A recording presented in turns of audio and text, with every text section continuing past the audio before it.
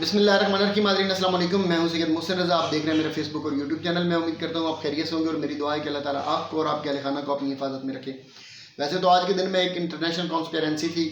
जिसमें आपको पता है इंटरनेशनल एस्टैब्लिशमेंट एक बहुत बड़ा रोल प्ले करने जा रही है, और वो रोल किस टाइप का है इस हमारे खिते के हवाले से स्पेशली मैंने उस पर बात करनी थी। लेकिन एक मिनट के लिए एक मैं चीज़ वाज़ेह करता चलूँ, आपको पता होगा कि अब वर्ल्ड कप का दौर चल रहा है, 2023 वर्ल्ड कप है, और अगर उस पर हम बात ना करें तो ये ज़्यादती होगी। पाकिस्तान क्रिकेट टीम ने जिस तरह की बेहुदा परफॉर्मेंस दी है, इस पर बहुत शर्मिंदगी है। बड़े लोग सही कहते हैं कि जब कोई कौम जो है वो जब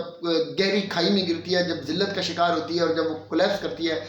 एज होल नेशन, तो फिर वो हर शोबे में ही जलील होती जाती है, हर शोबे में शिकस्त होती है। इसका एक हमें मिसाल जो है वो क्रिकेट टीम में मिल गई, जब ज़का अशरफ जैसे लोग और जब इस तरह के लोग आपने नॉन प्रोफेशनल लोग जब आप क्रिकेट टीम में और चेयरमैन और सिलेक्टर्स इवन भी आप इस तरह के लोग ठंडे मिजाज के बना के जब बिठा देंगे तो फिर यही सिचुएशन होगी। आप हर शोबे में हर जगह आप सियासत लेके आ गए हैं, और आपने अल्हम्दुलिल्लाह अल्लाह इस पर आप पता नहीं क्या अल्हम्दुलिल्लाह कहना चाहिए या इस पे अल्लाह माशाअल्लाह कहना चाहिए, लेकिन क्रिकेट का बेड़ा आपने गर्क कर दिया है। गर्क तो पहले ही हो रहा था, लेकिन आपने ठीक करने की कोशिश भी नहीं की है। तो ये जो आज जो मैच हो रहा है इस वक्त, जो मैंने सूरत हाल अब तक देखी है, मुझे वही टारगेट लग रहा है जो इन्होंने अफगानिस्तान को दिया था। अफगानिस्तान ने जब आपकी दुर्गत बना दी थी तो साउथ अफ्रीका आपके साथ क्या करेगा ये आप खुद अंदाज़ा लगा लें। खैर जो भी हो, आप वर्ल्ड कप के लिए मेरा ख्याल है आज के मैच के बाद पाकिस्तानी कौम का तो चार्म ख़त्म हो जाएगा, क्योंकि ये पाकिस्तान टीम का जो है वर्ल्ड कप में ये इसके बाद पाकिस्तान टीम वर्ल्ड कप से बाहर हो जाएगी। बाकी मैचेस तो वो यकीनन अपने खेलेंगे, लेकिन आज के मैच के बाद मुझे ये लग रहा है, कुछ ऐसा महसूस हो रहा है यार, मालूम हो रहा है, जो फैक्ट्स एंड फिगर ये बता रहे हैं कि पाकिस्तान टीम का ये आज आखिरी मैच है जिसके बाद उम्मीद कोई होती है कि हम वर्ल्ड कप के आगे जाएंगे। खैर अल्लाह करे कि इस टीम में कुछ बेहतरी आए और कोई मौजज़ा हो जाए और आगे चीज़ें जो है वो ठीक हो जाएँ, लेकिन बज़ाहिर ऐसा लग नहीं रहा। आज आज सुबह सुबह एक झड़प हुई है पाकिस्तान और इंडिया के दरमियान सियालकोट के बॉर्डर पे। ये वजह क्या है, क्या मामलात हैं, क्यों हुआ है इतना बड़ा मामला? जब इस तरह के हालात पाकिस्तान के चल रहे हैं तो इसके पीछे क्या है? मैं इसमें एक चीज़ और ऐड करता हूँ मियां नवाज शरीफ साहब के हवाले से, कि आपको पता होगा कि मियां नवाज शरीफ साहब को अदालतें जो है आजकल वो सीधा सीधा बड़ा आसान और बड़ा जिसे कहते हैं ना कि वो ठंडा मीठा उन्हें देते जा रहे हैं आजकल इंसाफ। तो उसमें एक नए प्रोसिक्यूटर की मैंने लास्ट टाइम भी बात की थी अपनी वीडियो में। उन्होंने कहा था मियां साहब को गिरफ्तार नहीं करना चाहते। ये नहीं कहा कि उन्होंने हम गिरफ्तार कर नहीं सकते, ये भी नहीं कहा कि ये हमारा मुजरम नहीं है, उन्होंने कहा कि हम गिरफ्तार करना नहीं चाहते। अब जब जिस शोबे को बनाया ही इसलिए गया था कि आपने भाई करप्शन पर नज़र रखनी है, आपने गिरफ्तार करना है, तो मियां साहब अब एक लाडले बन के जब आ रहे थे तो ये सारी सिचुएशन तो उस टाइम चल रही थी। अब एक नया जो है वो एक नई मतलब अफवाह उसे रूमर कहें या आप उसे खबर कहें कि एक नई चीज़ें आ रही हैं, वो सुनने में ये आ रहा है कि अब मियां साहब जो है वो ट्रैप हो चुके हैं। ट्रैप इस सेंस में हो चुके हैं कि कुछ शुरू में एक दो केसेस ऐसे आएंगे जिनमें उन्हें रिलीफ दिया जाएगा, फिर अचानक उनके ऊपर पंजा गाड़ा जाएगा, शिकंजा कसा जाएगा, और इस शिकंजे के बाद मियां साहब जो हैं उनको पूरी तरह दबोच लिया जाएगा और दबोच कर उन्हें उनके उसी पिंजरे में भेज दिया जाएगा जहाँ से वो निकले थे, क्योंकि इसके अलावा कोई रास्ता नहीं था उन्हें वापस बुलाने का। तो सुनने में यह आ रहा है कि मियां नवाज शरीफ साहब जो हैं वो इंटरनेशनल एस्टैब्लिशमेंट का बड़ा मजबूत किस्म का मोहरा बन चुके थे। तो अब चूँकि उन्हें वैसे पाकिस्तान में बुलाना इतना आसान नहीं था, तो उन्हें थोड़ा सा लालच देकर घास डालकर चारा डालकर उन्हें मुल्क में बुलाया गया है। अभी इंटरनेशनल एस्टैब्लिशमेंट जो है वो एक कोई और खेल खेल रही है, तो इस दौरान वो जब पाकिस्तान के अपने मामलात सीधे होंगे तो सुनने में आ रहा है कि मियां साहब जो हैं उनको वहाँ पर पहुँचा दिया जाएगा। मियां साहब के लिए बुरी खबर है, मियां साहब ट्रैप में आ चुके हैं और मियां साहब आने वाले दिनों में आपको जेल में नज़र आएंगे, और इलेक्शन के जो इस वक्त आपको माहौल और जो पिक्चर आपको नज़र आ रही है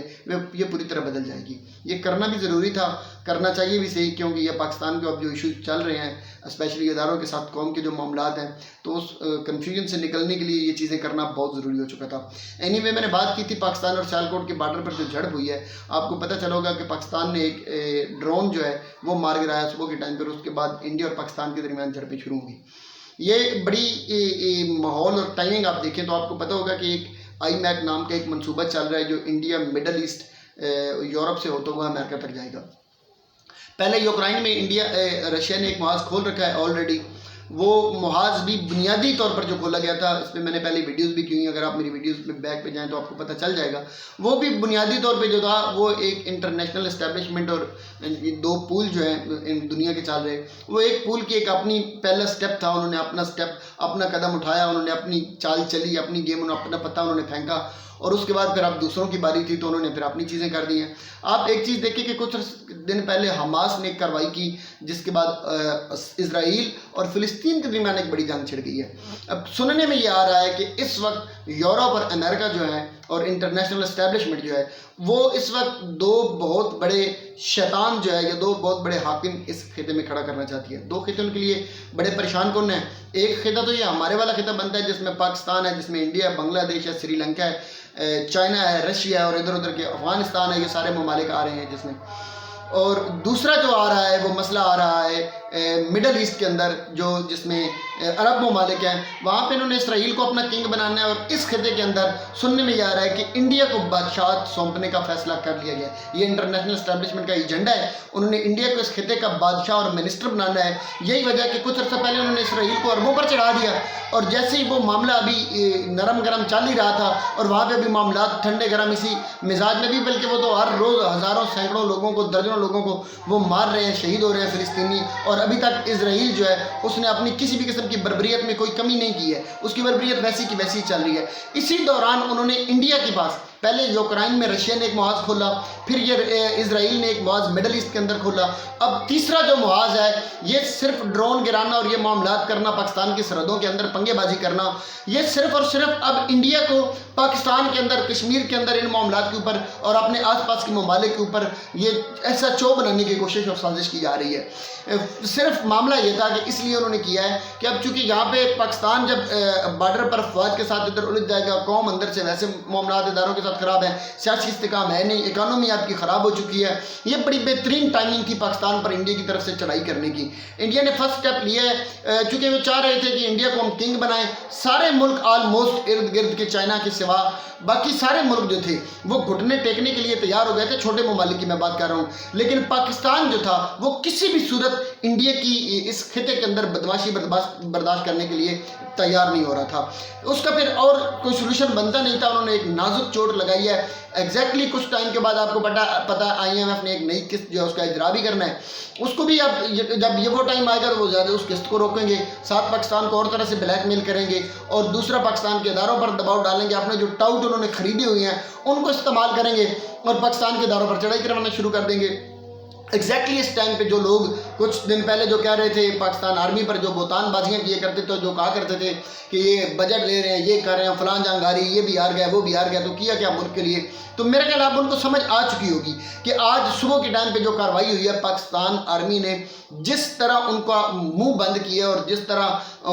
انڈیا کی جو دراندازی ہے اس کو جس طرح کا جواب دیا ہے، انڈیا کو خود بھی اندازہ ہو گیا ہے اور اس قوم کو بھی پتہ چل گیا ہوگا کہ یہ پاکستان فوج کوئی کچے چنے نہیں ہیں جنہیں آپ آسانی سے چبا جائیں گے، یہ آپ کے اندر گھس جائیں گے اور آپ کی ایک ایک چپے پر پاکستان کے جھنڈا لہرا دیں گے۔ یہ کوئی ایسی گئی گزری آرمی نہیں ہے، یہ دنیا کی 7ویں بڑی طاقت ہے، دنیا کی 7ویں فوج ہے اور دنیا کی 6ٹھی سب سے بہترین ایٹمی پاور ہے، دنیا کی بہترین میزائل ٹیکنالوجی رکھتی ہے۔ ہم اگر معاشی طور پر ہم کمزور ہو رہے ہیں، ہمارے اندر سیاسی عدم استحکام ہے، تو اس کا مطلب یہ نہیں ہے کہ ہم اپنی فوج کے خلاف ہو گئے ہیں۔ ہماری فوج جب بھی بارڈر پر جائے گی، جب بھی دشمن ہماری فوج کی طرف، ہمارے ملک کی طرف بری نگاہ سے دیکھے گا تو ہم پوری قوم اپنی فوج کے ساتھ کھڑے ہوں گے۔ یہ بھول جائیں گے کہ عمران خان کون ہے، نواز شریف کون ہے، زرداری کون ہے، یہ کون ہے، وہ کون ہے، ہم اپنی فوج کے ساتھ کھڑے ہوں گے۔ آج صبح جس انداز میں پاکستان آرمی نے انڈیا کو جواب دیا، کیرا گرا دیا، بمباری اور فائرنگ کے نتیجے میں جس طرح دشمن کی توپوں کو خاموش کر دیا ہے، اس کی مثال نہیں ملتی ہے۔ اور یقیناً اب انڈیا کو اور ان طاقتوں کا اندازہ ہو گیا ہوگا کہ یہ نہ تو فلسطین ہے، نہ یہ یوکرائن ہے اور نہ یہ عرب ممالک ہیں، یہ پاکستان ہے میرے بھائی۔